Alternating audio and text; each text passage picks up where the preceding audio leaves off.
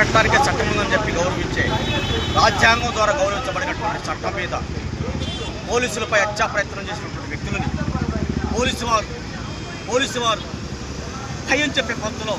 నాలుగు దెబ్బలు కొడితే ఆ కొట్టినటువంటి వ్యక్తులు ఒక మానవ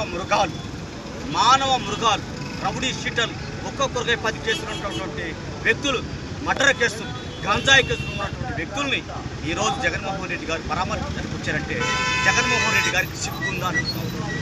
సిగ్గుందా అసలు ఆ మాట అంటానికి కూడా బాధ. ఎందుకంటే రాజశేఖర రెడ్డి గారు అంటే మా గౌరవం. రాజశేఖర రెడ్డి గారి బిడ్డగా ఒక జగన్మోహన్ రెడ్డి గారిని ఈ సమాజం ఎంత చేదరించుకుంటుందో అర్థం చేసుకోవచ్చు అని చెప్పి తెలియజేస్తూ, మరి నూతక రవికిరణ్ ఇదే తెనాలి ప్రాంతంలో నూతక రవికిరణ్ అయిన మాది కులానికి చెందినటువంటి వ్యక్తిని అతి దారుణంగా ముక్కలుగా నరికి 2022 మార్చి 20వ తారీఖున సముద్రాల పవన్ కుమార్ అలియాస్ లడ్డు అనే రౌడీ షీటర్లు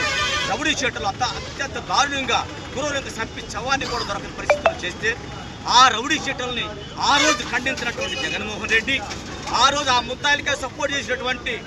అప్పటి ఎమ్మెల్యే అన్నబోతు శివకుమారు, ఆ ముద్దాయిలకు సపోర్ట్ చేసినటువంటి అప్పుడు ఎమ్మెల్యే, అప్పుడు మన రాష్ట్ర మంత్రివర్యులు మరి మేరుగు నాగార్జున గారు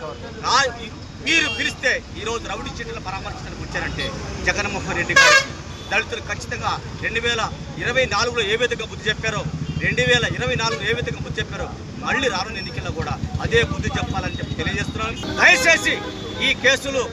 ఈ కేసుల్లో జగన్మోహన్ రెడ్డి వీరికి సపోర్ట్ చేస్తే ఖచ్చితంగా జగన్మోహన్ రెడ్డికి బుద్ధి చెబుతాం. ఇప్పుడున్నటువంటి పరిస్థితుల్లో జగన్మోహన్ రెడ్డి వెంటనే తెనాలి ప్రాంతం నుంచి వెళ్ళకపోతే ఉద్యమాలు ఉధృతం చేస్తాం. ఖచ్చితంగా శివకుమార్ని ఆ మేరుగు నాగార్జుని ముద్దాయిలుగా రోడ్డు మీద గీత గీసి నిలబెడతామని చెప్పి తెలియజేస్తూ, జగన్మోహన్ రెడ్డి ఖబర్దార్ గో బ్యాక్, లేకపోతే నీకు బుద్ధి చెబుతాం, ఉద్యమాల ద్వారా బుద్ధి చెబుతామని తెలియజేస్తూ ముగిస్తా ఉన్నాను.